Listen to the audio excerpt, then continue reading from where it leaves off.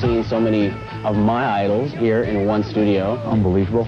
It's great. It's been a gas from beginning to end. My fellow cohorts in the victimless crime of rock and roll. If I had a party in my backyard, this is who I'd invite anyway. We're all here, and it's like one happy family. It's like one big family, you know. One big black leather metallic family. Yeah. Joining us in the studio now, Ronnie James Dio, who is the person who is at the helm of the Hearing Aid Project. Captain, so to speak. Captain, so to speak, I guess. Last May you had 40, I guess, of probably the premier hard rockers from the UK and from the United States together in the studio to record, I guess, what was the heavy metal answer record to USA for Africa. Yeah, that's right. Yeah, we did it a long, long time ago. Seems like a long time since it's come to fruition here, but there are a lot of little problems along the way. But the project itself was wonderful. I think it opened a lot of minds. I know it did to mine. It opened a lot of hearts, too, and it did that to mine, too. Initially, I really didn't want to take part in this project. I was busy doing our own album, which was the last piece of product we had released, Sacred Heart. And I felt that it was just another one of those projects, another problem to deal with. Let someone else do it. Let George do it. Let Charlie do it. And then I was forced to be involved with it, really. And then it made me realize what an awful person I must have been not to have realized that this is an ongoing problem that will always be happening, and that the awareness that this product that we've given people, stars and whatnot, it just helps along the way to make people remember that it never, never, never stops. How were you pressured into doing it? Well, it was originally conceived by our ex-guitar player, Vivian Campbell, and our still bass player, Jimmy Bain, who had gone to a thing that was done by KLOS, the rock station in Los Angeles, who had a thing called Rock Relief for Africa. It was the only project of its kind that was doing anything by heavy metal for the starvation situation at the time. And when they were there, they realized that none of the people from our musical genre, from heavy metal, from hard rock, were doing anything at all. So they thought, well, we'll call a few friends and see if there's any interest. There was. Then it came time for them to own up, to have a song together and have to put it in the studio.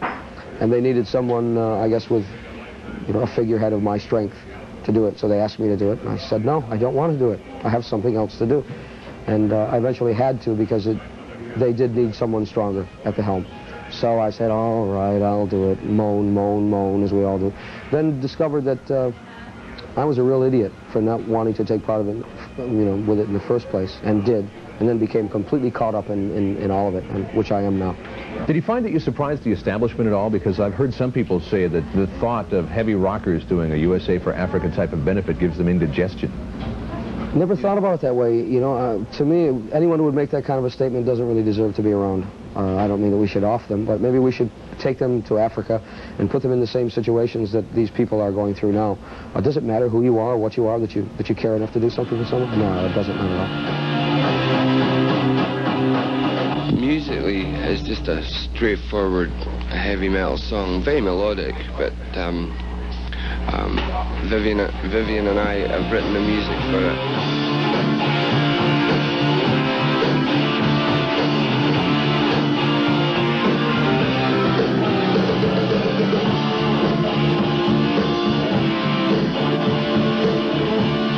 I was real flattered when Jimmy and Vivian from Ronnie James Dio phoned me up and asked me if I wanted to do it, so I said to them, I'm on 24-hour call as soon as you got it ready.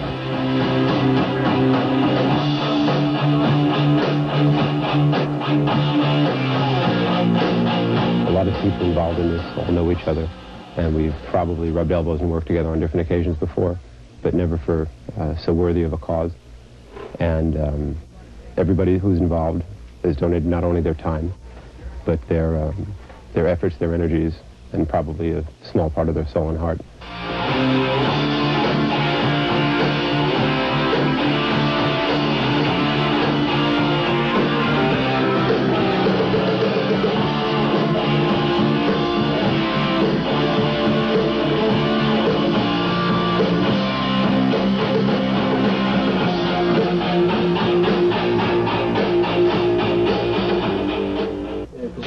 Actually sounds quite good. Are you comfortable with it?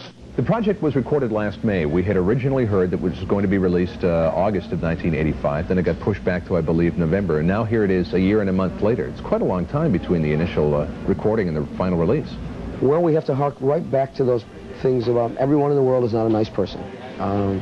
We were promised a lot of things and a lot of help by some of the people who took part in the Stars project that you see, and a lot of people who said they couldn't give that day, but they would give for the LP. Well, that didn't come about. So again, proving that human nature has all different kind of stripes running through it.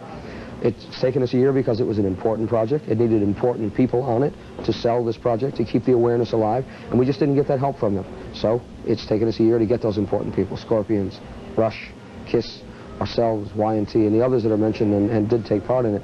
They're the ones who really care. They're the ones who should get the pats on the back.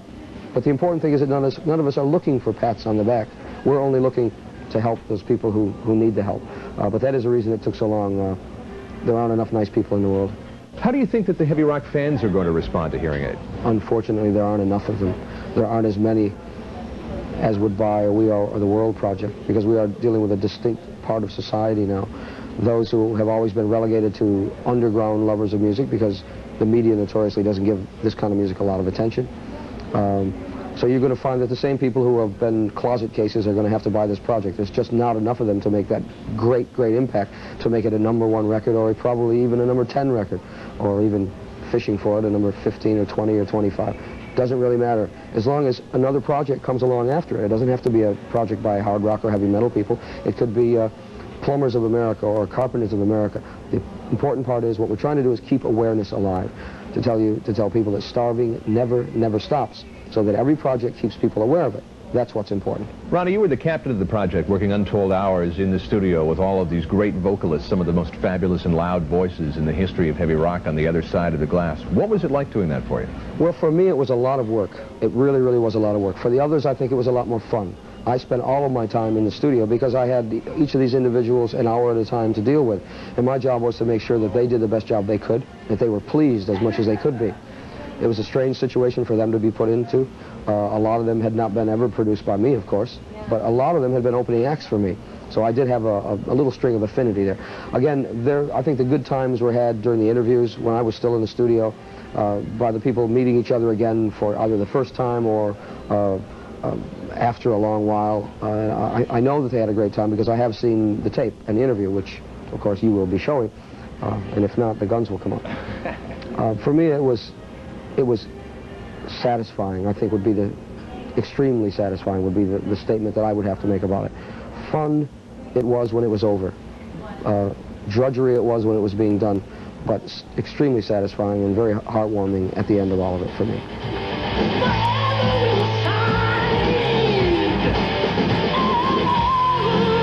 Pay me. Pay me. No.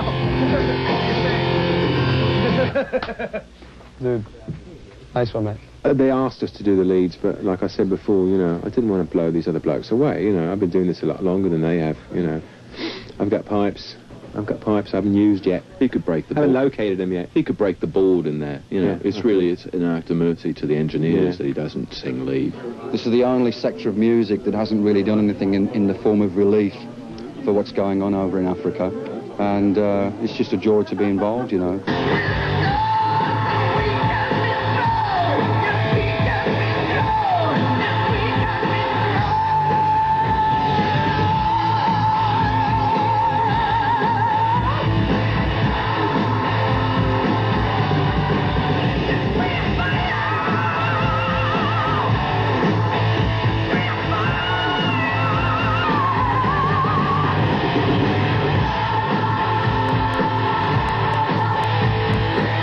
Rock and roll is for the kids, it's for everybody. It's an attitude more than anything else, and some people just don't understand that. But we're all down here together to show that we care just as much as everybody else does about famine and people that are in trouble and need our help. And we know that we can do our part and make it worthwhile. And we're all here, and it's like one happy family. It's great. It's a good vibe down here.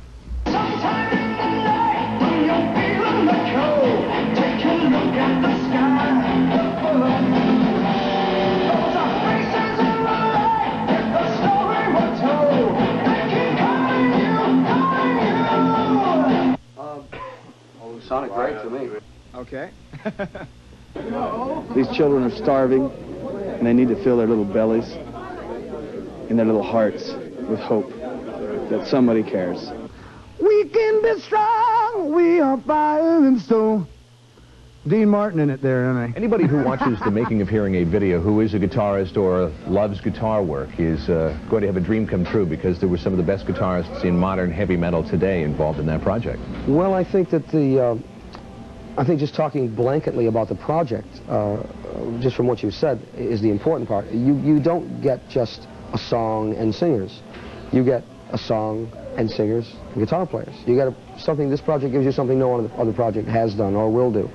You get cross-section of all of these kind of heroes, whether they be guitar player or vocalist, or drummers who took part, in bass players and keyboard players, of course, and your favorite loonies in the chorus. You get something that no one else could give you.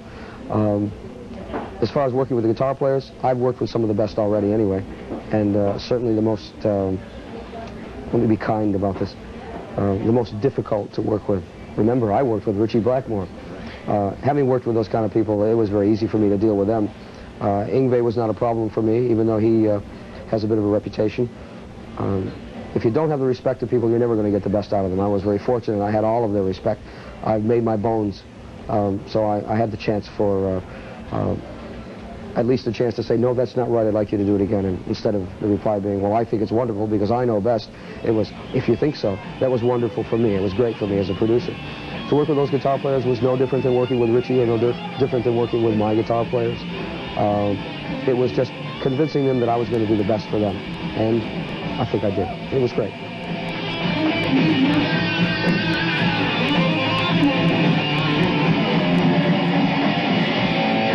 I met the Yngwie Malmsteen person, you know, and once you get the hang of his name, you know, he's really incredible. I really did. I bought his album the other day, and I threw my guitar out.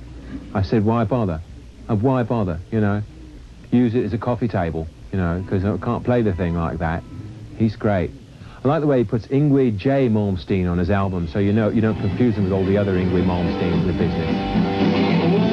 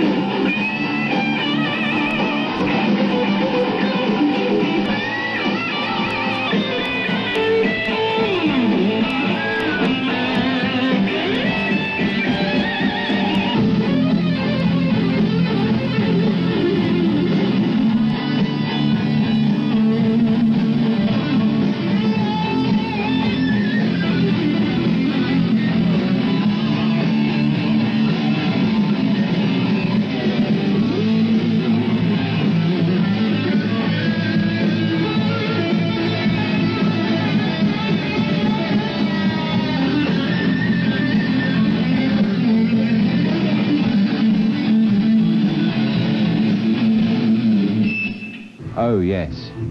Sounds a bit like rock and roll, doesn't it?